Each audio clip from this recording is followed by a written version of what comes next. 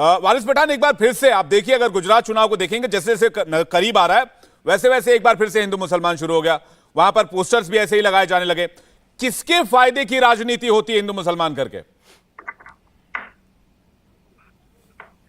देखिए साहब, मुझे कहा गया था कि गुजरात चुनाव पे बात करना है आज, और जो वहाँ पर मॉब लिंचिंग हुआ खेड़ा के अंदर, मुसलमान बच्चों को जो खंभे से लटका कर बांध के मारा गया पुलिस द्वारा, उस चर्चा पे बात करना है। तो मैं अपनी बात को सिर्फ गुजरात चुनाव और जो लिंचिंग हुआ है उस तक ही सीमित रखूंगा साहब।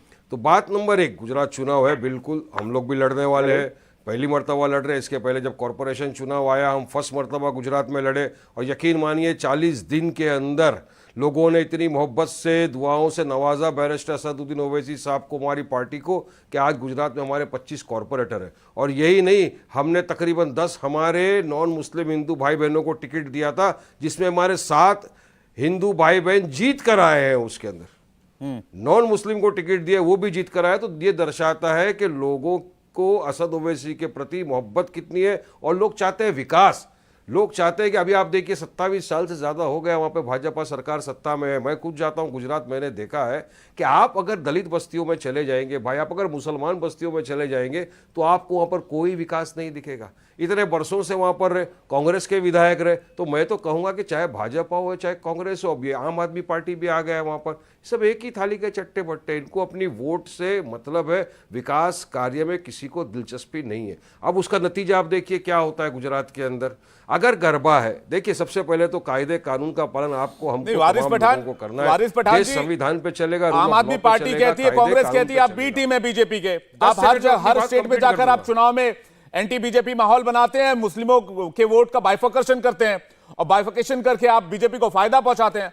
आप कहते हैं कि कांग्रेस बीजेपी आप साथ है और वो दोनों एक दूसरे को फायदा पहुंचाते हैं। देखिए, अभी इतने सालों से हम तो गुजरात में चुनाव नहीं लड़े, कांग्रेस लड़ी चुनाव, तो क्यों भाजपा जीत गई? मगर अपने अंदर झांकेंगे नहीं कि इनकी वजह से बीजेपी सत्ता में बैठी है। वहां पर हम नहीं लड़े थे चुनाव, कैसे जीत गई? कितनी जगहों के ऊपर तो हम जाकर कभी खड़े भी नहीं हुए, ना कभी एक हमारा कैंडिडेट खड़ा हुआ, वहां पर भी बीजेपी जीत जाती है। मगर आपको सेल्फ इंट्रोस्पेक्शन करने की जरूरत है। सो कॉल्ड सेक्युलर पार्टियों को अपने अंदर झांकना चाहिए, उसके बाद दूसरे पे इल्जाम लगाना चाहिए। अब आप तो गुजरात में हो ना, तो देखो गुजरात में क्या हो रहा है। अगर कोई जाके गरबे में पत्थर मारता है, गलत है, मैं कहता हूँ, इन्वेस्टिगेशन होना चाहिए, कार्रवाई होना चाहिए, लेकिन आप उसको पकड़ के बीच चौराहे पर लाकर पब्लिक के सामने फ्लॉगिंग करोगे, ये कहां के कायदे में, कहां की पुस्तक में लिखा है, कौन से रूल बुक में लिखा हुआ? ठीक है, नलिन कोहली जवाब देना चाह रहा है, उसके बाद मुफ्ती वजाहत कासमी, उसके बाद मैं आपके पास आ रहा हूं। नलिन कोहली हाथ में लेने का अधिकार नहीं है, वरना साहब एक काम करो ना, कोर्ट कचहरी को बंद कर दो। कोर्ट कचहरी को बंद कर दो, इंस्टेंट जस्टिस, जिसने किसको मारा उसको मार डालो। फिर नलिन कोहली जी आप बोलिए।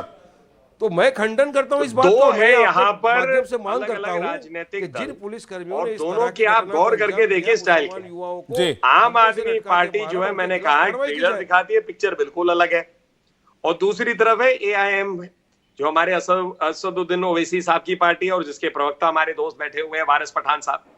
तो उनका क्या होता है, वो कहते हैं जी सब ध्रुवीकरण करते हैं हमें छोड़कर। इनके नेता के बाद नेता आप उठा लीजिए, ध्रुवीकरण छोड़ के कभी भी बात नहीं की।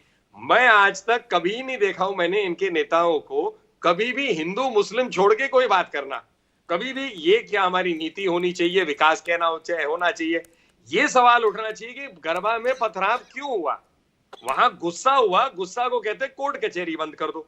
अब वारिस पठान साहब ये भी तो जवाब दीजिए, आप कोर्ट कचहरी की बात करें, जिन पर आतंकवाद का टैग लगता है, आप उनको लीगल हेल्प देते हैं।